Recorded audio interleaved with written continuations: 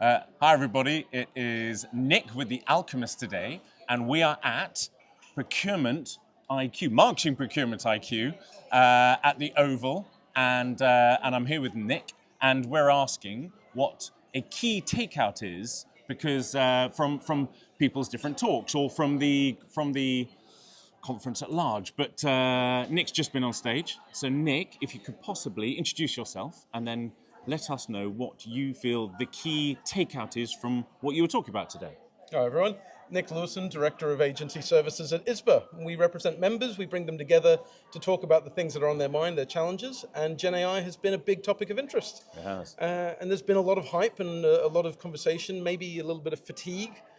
So we wanted to talk about what's actually happening, how are advertisers adopting generative AI, and what it shows is actually adoption is slower than people might think from what they hear.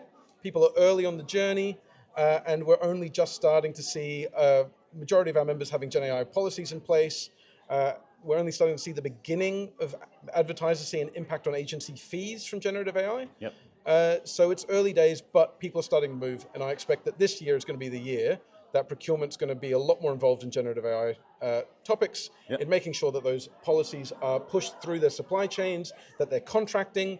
We're seeing 8% have terms for GenAI in place, 42% working on them, so we'll see a majority of advertisers having GenAI in their contracts, or AI in their contracts soon. So I think this is going to be an exciting year. Yeah, very much an exciting year. Agreed. And you had some key stats as well on all of that, didn't you? From some research that you've been doing. Yes, so that was very much around adoption, seeing that early days, but increasing quickly. Yep. Use cases being quite broad. So people are looking at research, people are looking at media, people are looking creative, production. And most of the use cases that people are experimenting with at the moment are internal facing.